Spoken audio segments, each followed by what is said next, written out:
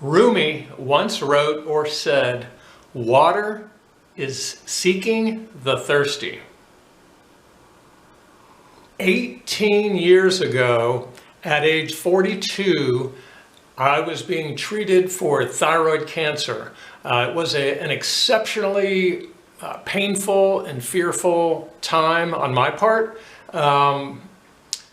But luckily got through that and have kind of turned my life into a set of experiments since then. My daughters were very young, 1.5, 2, roughly 4 and 6 years old. And I was really concerned that I might not get to see them graduate from high school and so forth. Currently, our firstborn is getting ready to graduate with a graduate degree from the London School of Economics, and next week will be my 12th year completed on an all plant-based diet. So the focus of this video is going to be primarily food. So going through cancer treatments, and all the fear associated with that was extremely painful, caused a lot of insomnia and discomfort in general. I like what Jerry Seinfeld said about pain. Pain is a whole lot of information coming at you really fast. And it can be the greatest teacher you'll ever have. One of the most important things I feel like I've learned over these years is just because you can do something doesn't mean you should. And one example of that would be just because we can consume dead animals, meat, their liquids, their eggs, their milk, and so forth, definitely doesn't mean we should. Yes, every single one of us is very unique, yet we're all very similar. We all have this long intestinal tract that's ideally suited for pulling all the nutrients we need from plant-based food sources. So after a lot of thinking and research, several years of kind of tripping over the truth, nearly 12 years ago, I was picking Dr. Ruth Heydrich's brain every day for about a week. And then I finally decided I'm going to 100% go for this, 100% plant-based diet ever since December 10th, 2010. And this Dr. Ruth is not the sex therapist doctor, but the very famous author, self-healed stage 4 cancer survivor who's now, I believe, in her 80s, had late-stage breast cancer in her 40s. What I learned from Ruth were many things, but one of the things that comes to mind is that there were an incredible amount, perhaps an infinite amount, of unintended positive consequences that came to her from going on a 100% plant-based diet just after her oncologist told her that she would die if she did that. She would die from cancer if she did not receive radiation and chemo. Now instead, that particular doctor passed away in his 40s from a chronic disease. Ruth is going strong, writing, I think, her 6th book right now. A brilliant woman. I was blessed to get to know her and still keep in contact with her, of course. One of the things she noted was that, well, first of all, meat, all of it, doesn't matter if it's a shrimp or a fish or a cow or a pig or a horse, whatever, a chicken, meat pretty much all looks the same under a microscope. And most of it tastes like shit until you add plant-based seasonings and salt and so forth to make it taste better. Furthermore, dairy is effectively liquid meat, only worse in some ways, because of the white blood cells that are in there, the casein, which is addictive. The only reason a cow produces milk is to turn a 60-pound calf into a 600-pound cow as quickly as possible. This is why dairy and cheese, which is simply concentrated dairy, are effectively biochemically addictive. And eggs are just liquid meat, and in some ways worse as well. So all of those things, you couldn't pay me to eat those, and there are basically two types of food in my mind to look at: animal sourced and plant-based.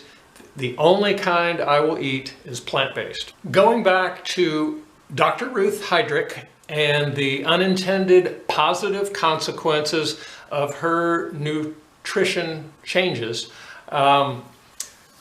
my recollection is that within 3 months or less, when Ruth went in for scans, the cancer that was in her chest, spine, etc., it just was fading away, okay? So before she even got the stitches out of her chest from a double mastectomy, she was already training for her first full iron distance triathlon as a resident of Hawaii.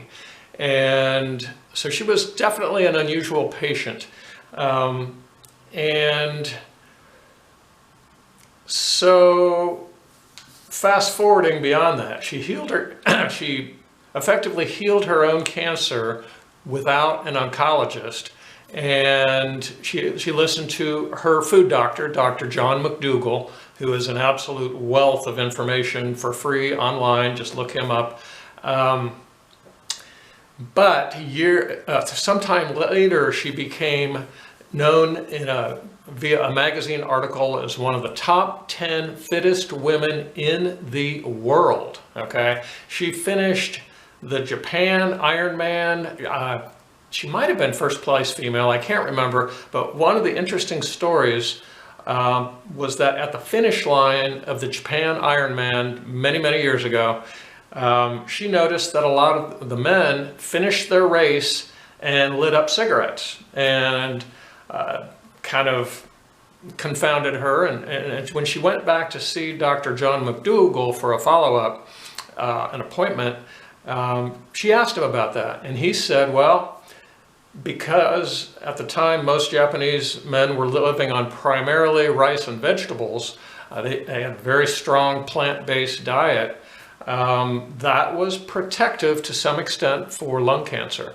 And might have been the same appointment, Ruth was talking to Dr. McDougall about her medications. And this was some time after she healed her cancer. Dr. McDougall asked her, why are you taking this arthritis medicine? And she said, well, I've been taking it since I was about 20 years old. And he said, you don't need that anymore. When you changed your diet, you healed your arthritis. And so she quit taking her arthritis medicine and has never needed it again. So, okay, so she healed her dandruff, she healed all kinds of problems, including a high elevated cholesterol. She was at risk for heart disease. So, personally, one of the reasons I did the diet 100% when I did was I had failed over and over to get off my cholesterol medicines. They were pretty effective. I was not really having any negative side effects yet, but I knew I needed to get my cholesterol under control naturally. And so within, I think it was 2 months after I started the 100% plant-based, I had a blood work drawn, and then I stopped taking my my statins. And then about a month later, met with my endocrinologist to see what my cholesterol results look like. And one of the many, many unintended positive consequences of my diet change was my vision started improving. I was at an age, late 40s where my bifocals should have been getting thicker. And when I went to see my eye doctor, she was surprised that, gosh, you forgot you didn't even bring your glasses with you. I realized I was hardly ever wearing them anymore for reading. Reading was about the only thing I really needed them for. And when she did the test, she was seeing that my vision was actually improving rather than doing the normal thing of getting worse. What I had been told before, years before, was that my bifocals were going to get thicker and thicker as I got older. And the exact opposite happened when I did a few things. 100% plant-based diet, minimalist running. I started running completely barefoot on sidewalks and so forth. Some of them, I was looking out for shards of glass and little rocks and things, and at the same time watching out that I didn't get hit by a bus. So I really felt like I was pumping this super clean blood, highly oxygenated blood, because I was exercising, and I didn't have a lot of saturated fat and cholesterol in my veins anymore. I was pumping healthier oxygenated blood through the smallest blood vessels in our body are in our eyes. So I was just seeing these incredible benefits to my vision. And here I just wanted to get off my cholesterol meds, maybe become a better runner, and lower my risk for a cancer recurrence. That was a huge factor, was hoping to never get that diagnosis again. And it had dropped way, way down to the lowest I'd ever seen it in quite a few years, if not the lowest of my life. And so at that point, in early 2011, I literally flushed my statins down the toilet and have never needed them since, because I knew I was never going back to any animal-sourced foods. Back on October 9th, I ran my 25th official 100-mile foot race at the Indiana Trail 100. It was beautiful. It was intense. It was relaxing. I think of it as a 29-hour full body massage, kind of a sensual, transformative, sensual, not sexual, transformative experience. Something happened that I like to see. Of course, that was my first 100-miler as a 60-year-old, and the final 10 miles, I really cranked it up. I was a little bit worried about the cutoff times, and picked up my pace and ran as fast as I could run without falling down or getting hurt. And I felt like I was going as fast as I could safely run in a pair of very thin, minimalist trail shoes from Zero Shoes. And it's hard to describe how good it feels to be able to run really strong and happy and smiling and relatively fast from 90 to 100 miles into a 29-hour race where I'd seen 2 sunrises and a beautiful sunset, temperatures in the low 30s, in just a spectacular park with lots of beautiful lakes. Never would have imagined in my teens or 20s anybody doing that, much less me. I did absolutely no sports in high school, and by my late 30s, early 40s, I had cancer at 42. Shortly after that, fumbling around in the yard, I snapped my ankle, broke my tibial bone in my right ankle, and it popped. It was the first time I'd ever broken a bone. And being a cancer survivor on a daily dose of Synthroid, one of the concerns was osteoporosis over the long haul from taking that particular medicine. And so I was very, very concerned about how that bone snapped the way it did. And I had weak feet, flat feet, weak ankles. I knew I had problems after that bone broke. And I also knew that animal-sourced foods messed with our pH levels in such a way that our body absolutely has to maintain a pH range. And a diet heavy in animal-sourced foods pushes us too high out of that range. All right, so effectively, if you're eating a lot of animal-sourced foods, and I don't believe it matters, if you're eating a lot of eggs or a lot of meat or a lot of dairy or some combination thereof, your pH level can be so high that your body, just to stay alive, will pull the nutrients it needs out of your bones. So if your diet sucks, you're effectively pissing your skeleton slowly over time, your bones, into the toilet. That can't be good. And that is only just a tiny, tiny fraction of the unbelievable number of negative, unintended consequences of eating shit food. Meat, dairy, and eggs are third, fourth-rate shit foods. The only reason you should ever consume them is to prevent starvation, in my not-so-humble opinion. I could go on and on about the personal, physical, bodily benefits of my nutrition and how it keeps evolving. I keep having to, or wanting and needing to improve the quality of my plant-based diet. The ideal is whole food plant-based. And I could go on and on about, I've never been personally treated by a vegan doctor. And most doctors are relatively clueless about nutrition, period. They are not trained in it. Most of them don't care. Most of them are on a pretty crappy diet, in my opinion. So the truth can be hard to come by unless you're seeking the truth. Is the truth seeking you? You're watching this. I hope you're getting something out of it. More truth that a lot of people will not want to hear is that if you claim to be an animal lover, yet you're supporting animal agriculture by consuming meat or eggs or dairy, you're really not being honest with yourself and the world. Your body is the environment. Your body is an ecosystem within a bigger ecosystem. The universe is energy. Everything is energy. You're an energy field within the energy field, and in effect, everything really is connected. Everything's alive.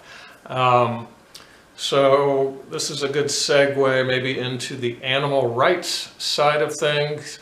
A lot of plant-based people or vegans are criticized on that angle. What I would simply suggest to you is, if you cannot sit through an entire viewing of the documentary Earthlings and not have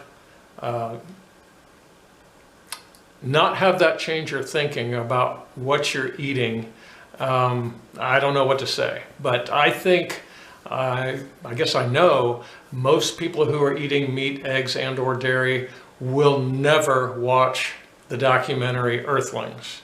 And I think that's a very weak-minded thing to do, and people need to seek the truth. Did you realize that most of the antibiotics used in this country, in the US, go to farm animals?